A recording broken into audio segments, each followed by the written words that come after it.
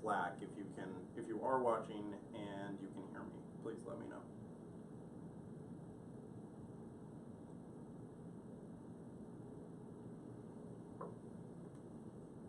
Awesome. Okay.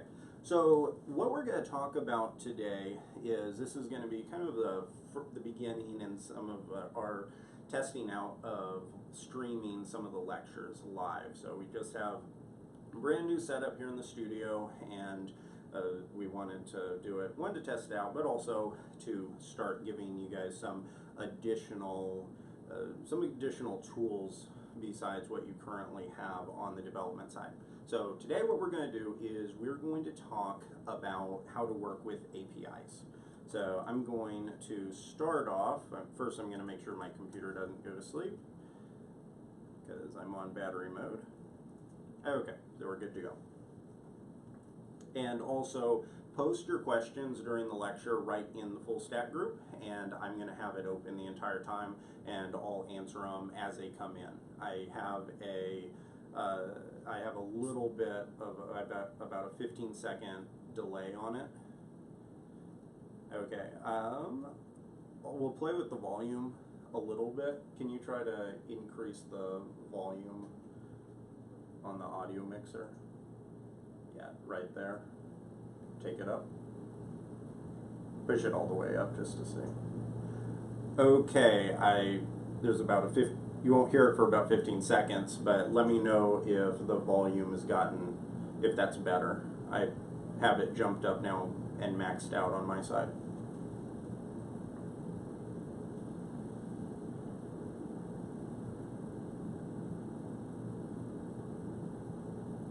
Awesome. Okay, cool. So thanks everyone for being here, and it's a little bit odd kind of talking, just feels like I'm talking to myself even though I know you guys are all right there.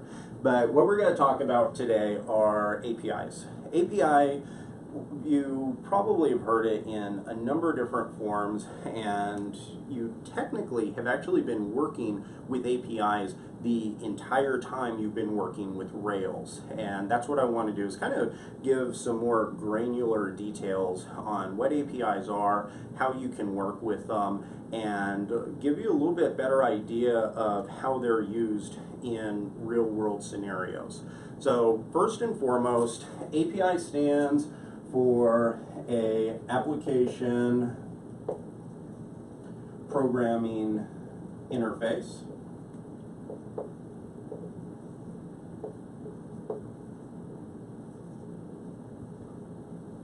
And what that means, part of the reason why it sounds kind of generic is because it is. An API can mean a number of different things. You may think that an API just means, oh, I want to go contact the Google Maps API and have the maps all brought back to me so that I can see locations in real time. And that is one way to use APIs. However, there's actually a number of other ways. Let's take, for example, if you guys are all going through the Overtime app right now. We have posts. And so we have this idea of posts. I'm not going to make it capital, or else that would be a little bit confusing.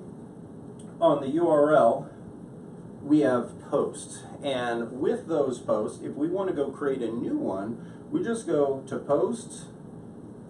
posts/new.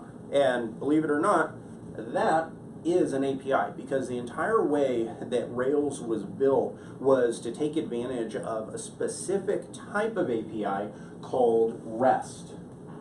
So whenever you're working with Rails and whenever you're building out any kind of Rails application, you're actually using RESTful APIs. And the reason why, how that's possible is because the creator of Rails decided they weren't going to use just a kind of an old school architecture for building routes. Instead, they were going to make the entire application an API, which is one of the reasons why Rails became so popular, because it's so easy to convert a Rails application into an API application. And next month, in month 3, the curriculum there is really fun, because all the Rails work you're going to be doing, 100% of it is going to be building APIs. And so you're going to see that it's actually not that crazy in order to build an API. All it really means is you're building all the same functionality like we did right here when we were creating posts new. The only difference is we're just not putting views associated with it. So when you create an API, instead of creating a system where other users can go to a web page and access those links, what an API does is it gives the other computers, it gives other applications and servers and things like that, it gives them the ability to log into the system and then be able to run database queries and things like that. So one of the key items for APIs is the I portion right here stands for interface, because what you're doing whenever you work with APIs, you're interfacing with a different system, whether that could mean that you are calling that other system. So in the Ruby programming guide, if you went through that one and you built our Stack Exchange connector, in that case, you were going out and getting information. And we're going to look at that as an example here, kind of to review how that works. But we also build APIs, and that's what we'll be doing next month, is we're going to be creating a way for other applications to come and to run database queries, or even, you can even give the ability to create new items. It's not that complicated in Rails to be able to allow them to call the URL via a server and then create new posts and things like that on the fly. Now, when it comes to working with APIs, one thing that I want to kind of cover is there's a number of different types of APIs that you can use. The first one is one we're used to using, and it's called REST, and it's short for Restful Representation. And this is probably one of the most common ones, and it's one of the most modern ones. What REST means is you create URL, they're called URL endpoints. So when we create our posts/new, that's creating an endpoint. It's an API endpoint. And RESTful routes follow some pretty standard conventions. REST by itself is not magic. It's actually just a set of rules that the developers used to keep naming things the right way. So RESTful routes mean that you're going to see all the things that you saw in your Rails routes, like new, like create, like update.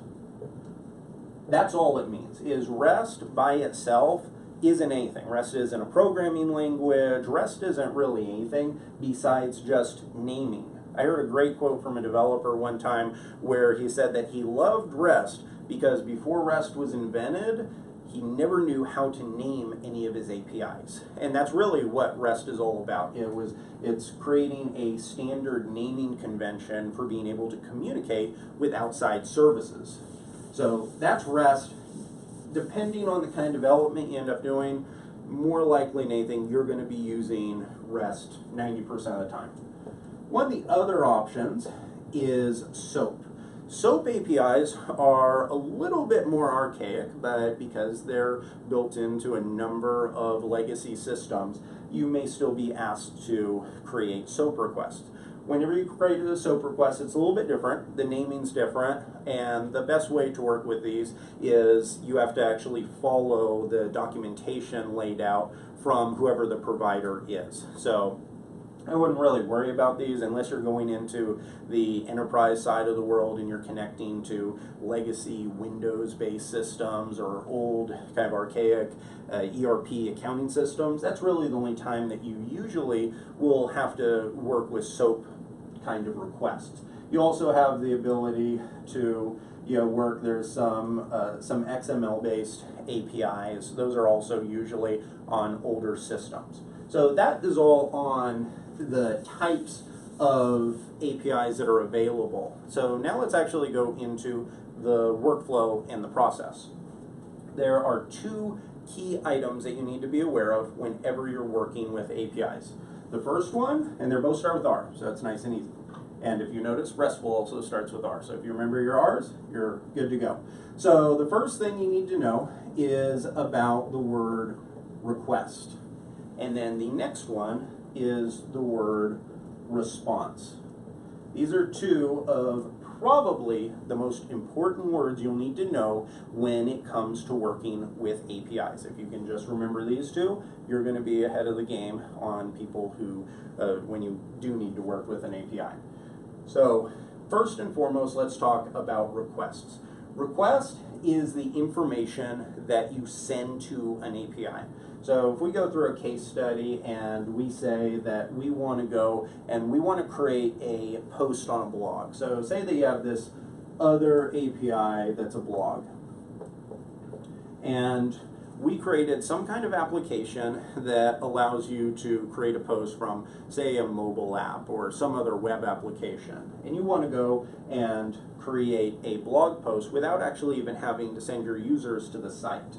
There's a number of different applications that do that for Twitter or for Facebook. If you've ever clicked one of those Share Now buttons, what they're doing is they're making a request to those services. And what a request is it's all the information all packaged up together. So inside of a request, you're going to have a number of different things that you're sending in. So a request, if it's for a secure kind of API, so something where you have to send in a username and password or API keys, you're going to send in all of your authentication into that API. So whenever you think about the request, this is your first contact with the API. If it's to the blog, we're saying that we want to go and we want to make a new blog post, and it's going to expect some certain rules to be followed.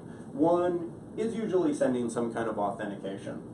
Another one is it needs to know the type of request it is. So this is where having a good familiarity with Rails makes it really easy to understand APIs. Because if you remember back to when you create routes, what kind of routes do you create? You'll usually create, say, an update route if you want to edit something, or you'll use a create route if you want to create something new from scratch, or a destroy route if you're wanting to delete something. So it's going to expect a specific type.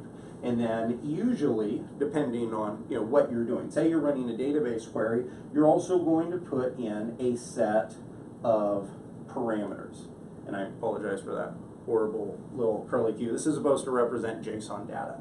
But inside of this is where you'll nest all the items in your request. And that is a perfect lead-in to what you will usually send an API. You're usually going to send some type of JSON-based data.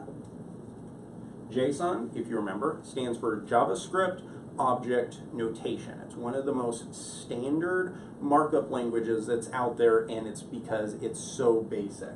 JSON request will usually look something like this, where you'll have a curly brace followed by an ending curly brace, and inside of it you'll have parameters. So you might have something like saying inside you'll have a title, and this title will have whatever parameter you're wanting to send up. So if we're creating a blog, this one might say, my post. And then you could also have a body, and you have the different details associated with the body. And that's all you're sending in. If you have ever seen JavaScript object notation, you can see that it's pretty straightforward. It may look scary at first, and if you have never worked with it before, the first time you get a JSON request, it may really freak you out because it is going to have a million different parameters inside of it. However, the more you practice with it, the more you'll realize that it's really just sending objects just like this. The part that gets a little bit tricky when working with these type of APIs is the fact that usually they'll become nested. So what you'll see a lot of times is you'll have a title, a body, but say this is a database query that you're getting back. You may also have one that says comments. And where it gets tricky is, let's pretend that all of this comes over here, and now your comments are going to have their own set of JavaScript objects. So your comments, because they're nested, you might have this post, but the post had 500 comments. So you send a database query out to an API, and you might get this string of text this long, and it's because it has nested items, like all of the comments for a blog post. So hopefully that part of it makes a little bit more sense. I know that if you ran the Stack Overflow database query for the first time, then it may look a little bit intimidating because you get all of this code. However, it's actually not the craziest once you play around with it. And there's a great gem out there called the dish gem, and is one I've actually already created a tutorial for, and I'll put that in the show notes, or I'll put it in Slack. So that's posted in there. And so what the dish gem does is dish allows you to be able to have all of the JavaScript object notation brought back to you and you can treat it as regular Ruby objects, which makes it really nice and handy to work with. So right here you can even see some of the code. This is for an imaginary post model where we're contacting an outside API called Edutectional Resty, and it's going to bring in a set of posts. And let me see if this is still alive right now. Yes, it is.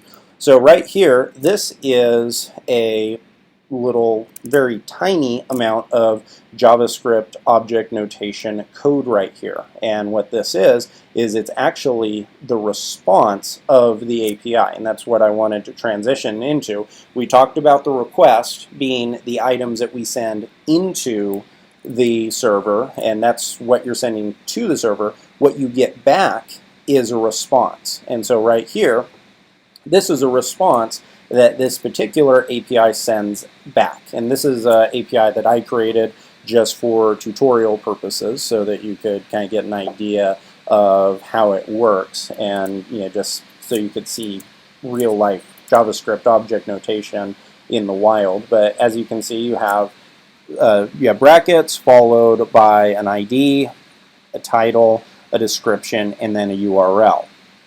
Now, if you use a tool like the dish gem, which is one of my favorite to use, then you can bypass some of the other ways of kind of traversing through that data. So usually in order to do it, the way that Ruby looks at JavaScript object notation is it looks at it like a hash, which means that you have to use hash syntax in order to go and to get it back. But what this does is it lets you use dot notation. So you can go through it, use dot notation, just like this code right here, and you can go, say that what we did was we collected a set of posts, and these posts are the posts from right here, and we stored it in the instance variable.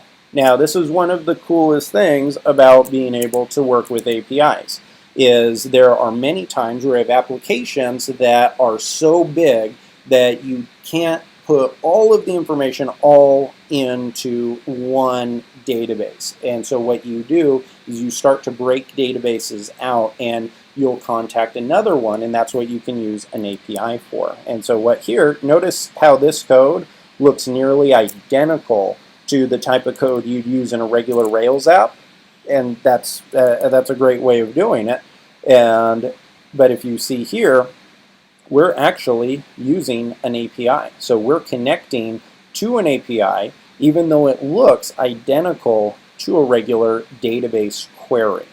So here we have it, we can iterate it, we can treat it just like we called a database. And a lot of this also is going to start to make even more sense once you get into the into next month's curriculum, because next month is going to be all about APIs, and we're not even going to use Rails at all on the front-facing side. We're going to use the Angular 2 framework, and it is going to take in, it's going to make requests, and it's going to get responses, and it's going to be the front-facing view of a number of Rails applications that we're going to build. So if you don't feel comfortable with APIs, don't worry. By the end of month 3, you are going to see them they're going to be just as easy to work with as just using a regular database.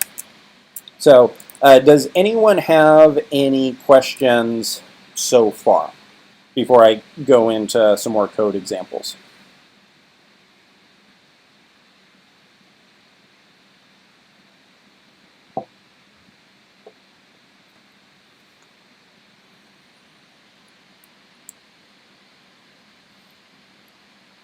The 15-second delay is a little bit tricky for asking you guys questions, so apologize for any delays that you're going to hear on that side. But I'm going to keep the Slack side open and just post questions as you get them. I see Braden is typing right now.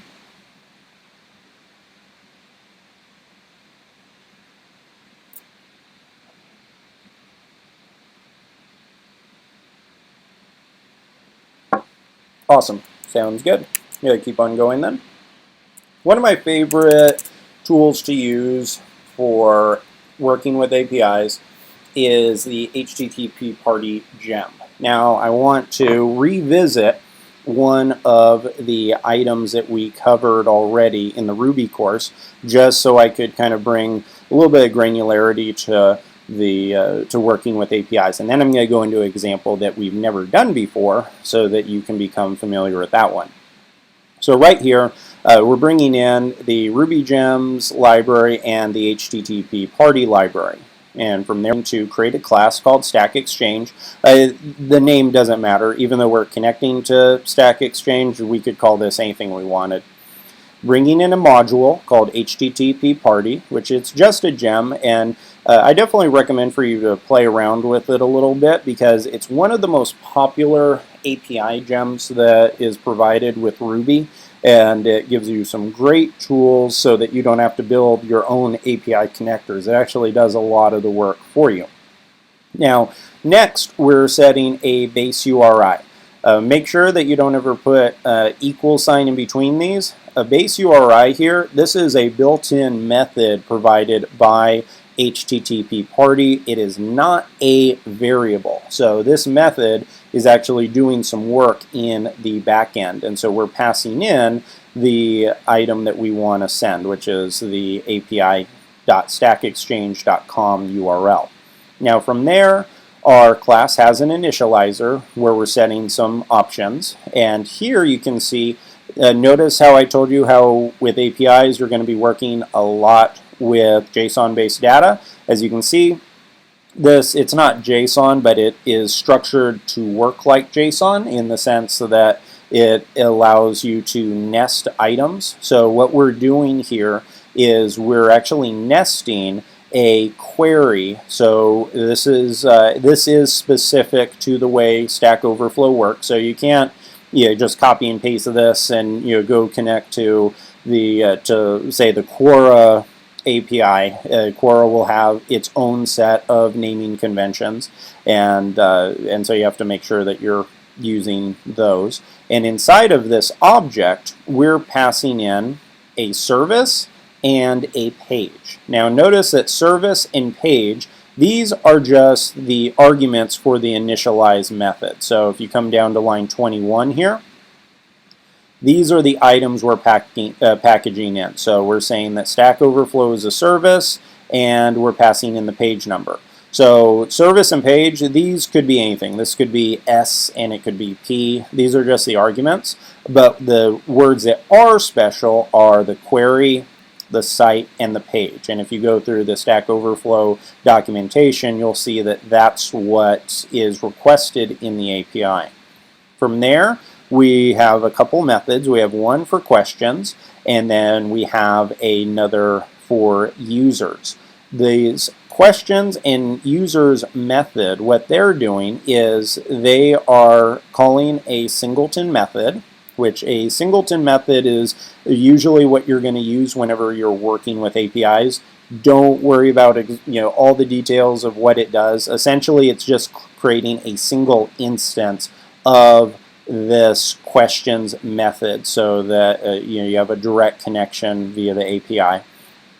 And then the get method is something provided through HTTP party, and it takes a couple arguments. The first argument it takes is what's called the URL endpoint, and then the next one are the set of options. And as you noticed, our options are set in our initialize method. So you could also, if you wanted to write this code poorly, but more explicitly, you could come and grab all of these values and stick them inside instead of where this options is if you wanted to see exactly how it's all working. So essentially what get is asking for is it's asking, one, for the URL endpoint that you want to contact, and then two, the set of options you want to pass in. For our case, it's the service, which is Stack Overflow, and then the page number. Because usually if you, just like the way that URLs work, and how pagination works when it comes to a regular application. So you want to have pagination so you don't get a crazy amount of results back. APIs work the same way. It's very normal to work and to create paginated options with your APIs, and that's what we're doing right here. We're saying we don't want all the posts, we just want the first page of posts, and that's what this value is. And then we just create an instance and then we call it. And that's what we did on the Stack Exchange side. And that is one type of API where we're running a query. But I also wanted to show you a more complex example. And this is an example that connects to TripIt. And in order for this to work, you're going to actually have a TripIt login and password. So I'm not really concerned about making this work because this isn't a tutorial. It's more of kind of showing you a high-level view of how APIs work. And so what this is it uses HTTP party as well, and it is going to connect to the TripIt dashboard. So if you come to the site, go to tripit.com, you have the ability to come in and create all of your travel plans in TripIt. And so you can do everything from getting your flights, your rental cars, hotels, everything like that. And as cool as that is, you may also, because TripIt is an enterprise application, which means it's a system that a lot of other companies use, they may want their dashboards to connect to it. So this is something that I worked with a large oil company for. They wanted to make their trip reservations from their own intranet site. And so in order to do that, you just have to connect to their API. So that's what this code will do. So you are connecting to HTTP party. All of this you can see is pretty much the same. We're passing in the base URI, and this this follows along with the documentation provided by TripIt. And then inside the initialize method, this is where it gets a little bit more complicated, and that's why I wanted to show you this as an example. This takes in an email and password. So what this is doing, whereas our first API with Stack Exchange, it was just saying, hey, run a database query and bring me back either a list of questions or users. This one's a little bit more complicated because what we're doing here is we're saying, hey, I actually want you to log me into the system. So what the application will do is it will take in the email and password as arguments, and then inside of this, it's going to perform a lot of the connection. So the first thing it's going to do is it's going to go get the API response, which you can see it creates that singleton method, and it creates a get for the account login. So what this means is it's going to go grab this endpoint, and it's also going to work with cookies. Now, cookies are something that if you have done any internet browsing history lately, then you probably have seen a number of people talking about cookies on their system. Cookies are very small bits of code on the system to allow you to be recognized and to be able to store a very small amount of data. Cookies are pretty closely related to sessions, and they allow you to store data and be able to use that to communicate with servers all in the back end. So what this is going to do is it's going to parse the cookie, and if you look down, there is a parse cookie method here, which don't worry about the details. I'm not showing this to you so you can go build this. I'm showing this to you so you just have a kind of a general idea of all the things that go into a more complex API connection. So here you're going to parse the cookie, and which means that you're going to connect, grab the values of the cookie, iterate over it, and add all of those items in.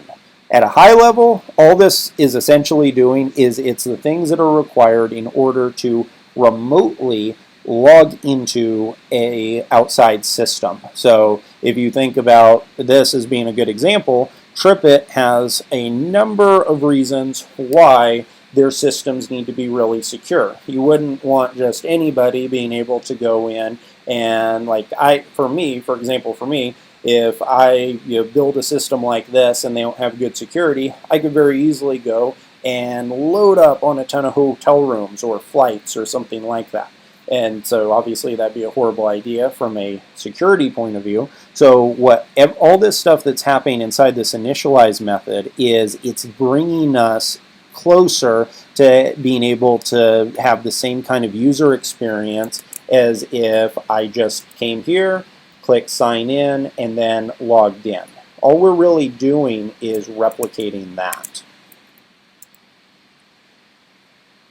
And yes, that's a great question, Braden. That's definitely a good thing to talk about. Let's switch over to the camera.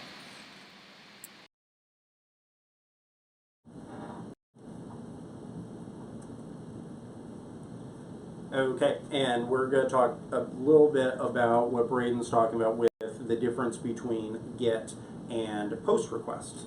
So let me clear what we have going here.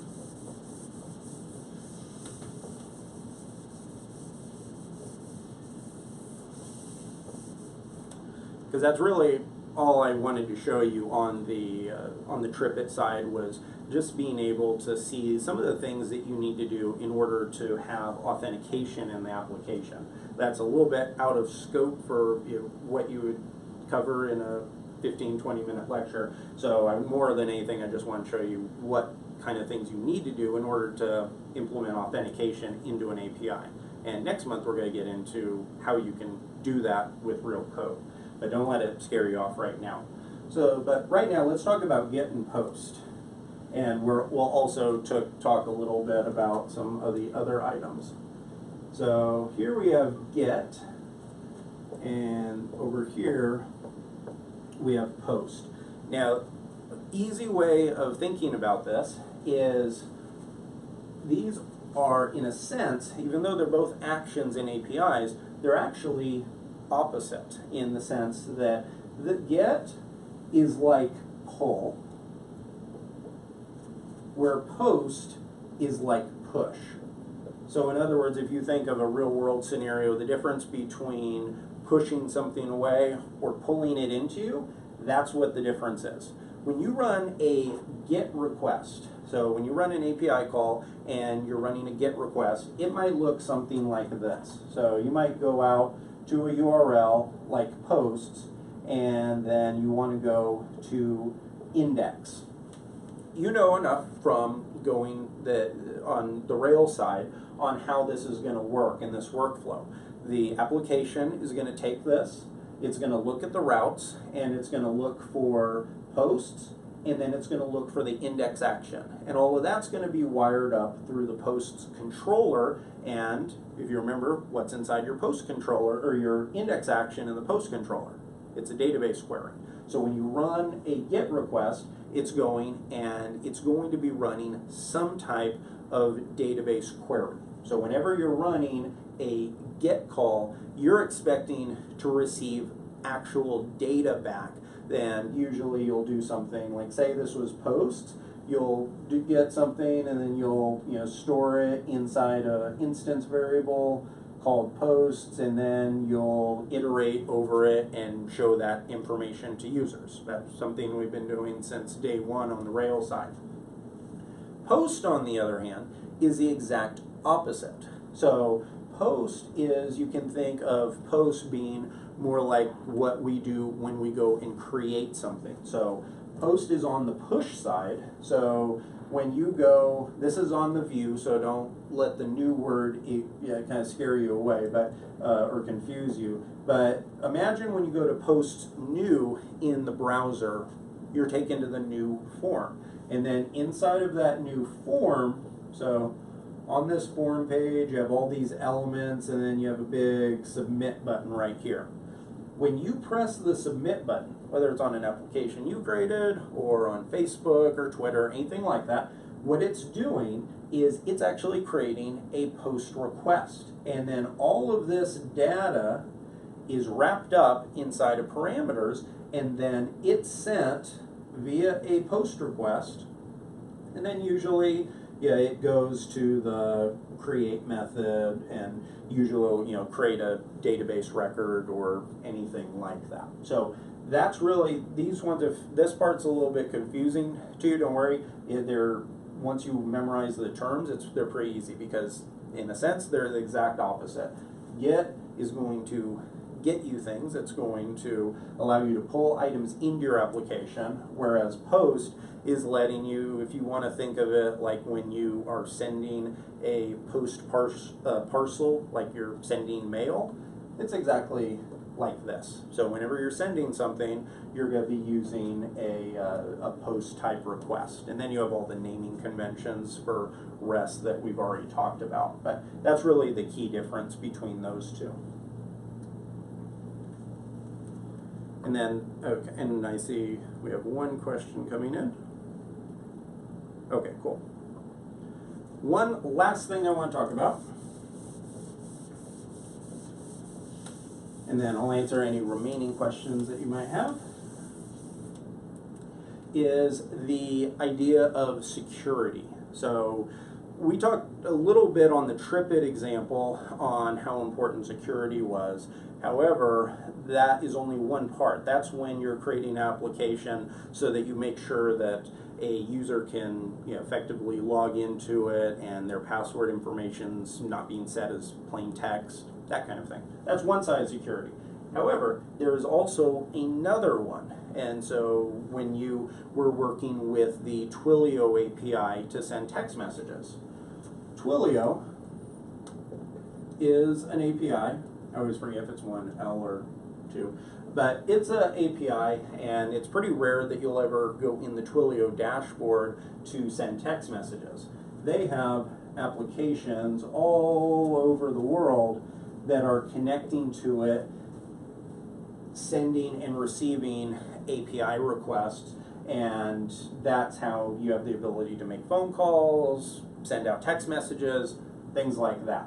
So that part of it's pretty standard. However, the problem is when people are not careful with their credentials. So each one of these people, pretend each one of these is an application, each one of these has some type of unique ID in the Twilio application. If they didn't, they'd have no idea who was actually sending text. So imagine that this was Sprint, some company that sends millions of text messages. And then let's imagine number 3 is, the Bottega School and the demo accounts that you guys have.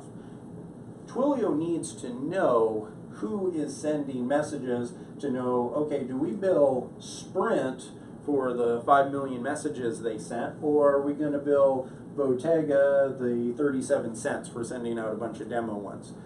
The way that you do that is inside of the API request, inside of what's called the header.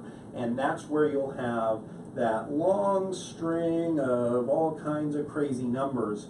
Usually it's, I think 125 characters or something like that, and just a random key that's generated, and that's what you store in your environment variables. why it's so important to secure those is because that is your key to the entire Twilio dashboard. All Twilio knows is that it is checking to make sure that the keys are associated with you.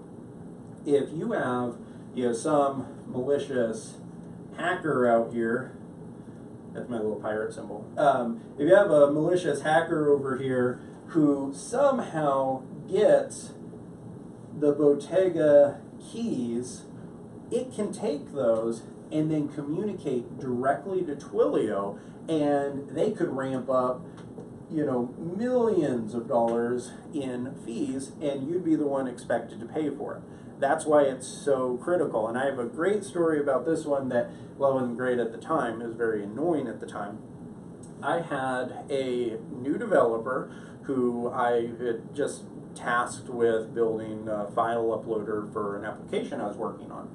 And I told him that I sent him over securely some API credentials to AWS, and he was running into some bugs and some problems. And that's totally fine. I have no problem with that. The problem was he went and asked another friend for help. And when he did, he posted all of his code to a public GitHub repo, and included with his code were the AWS credentials that I had generated for him. There are hackers who've created all kinds of scripts that run through public repositories on GitHub and Bitbucket and places like that, and they're looking for keywords like AWS bucket or a secret key, anything like that. And what a hacker did, so he posted this at about 2 p.m. or so. By 5 p.m., I received a call from Amazon directly, which is never a good thing. You don't want to get a call by them. And they called and they said, "Excuse me, Mr. Hudgens, just found out, or we just were monitoring your account. Your account's usually about $100 or so a month, and in the past 3 hours, you've racked up over $16,000 worth of charges. And we just wanted to see if that was you or not." And that was not me. What a hacker had done is a hacker had taken those keys that the other developer had pushed up, and then he went and spun up thousands of virtual EC2 servers on AWS, and who knows, probably a bunch of illegal kind of activities on those items. But all of that was made possible because he had those API keys. That's why it's so critical that your security credentials, whether it's to Twilio, to AWS, especially your secret key. Rails does a good job of making sure your secret key never gets out there, but that's the reason why it's so important to make sure those are protected.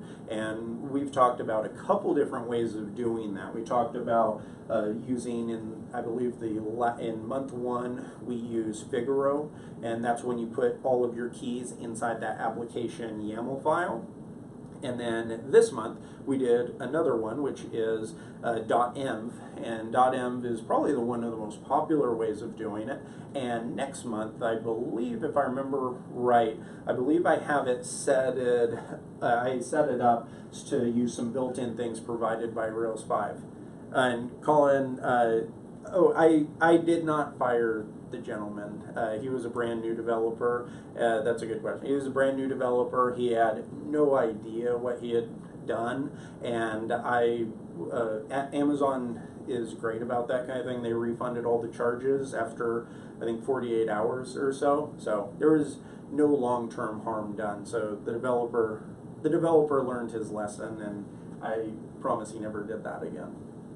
So that's pretty much everything I have on the kind of an overview of APIs, some security items, the different types of APIs that are out there, and then the actions associated with them.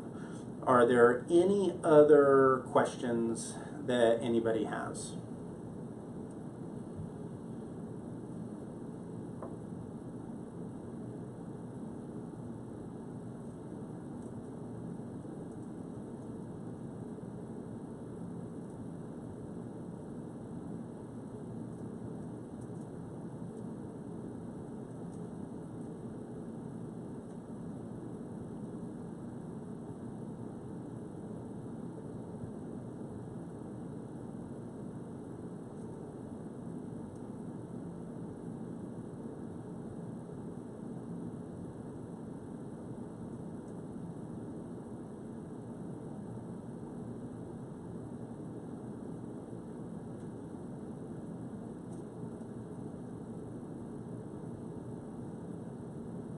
Sounds good. So everyone, we're going to start doing these. Thank you. We're going to start doing these live ones a lot more often now that we have the studio set up and we have it set up for live with both the screen sharing and on the camera side. So, and we'll keep on kind of refining that process. I'm also going to we're going to figure out a way to record these, and I'll share these with you so that you can, if you do want to ever have a reference and go back to it, you can always do that. But thank you guys so much for your time, and I'll talk with you soon.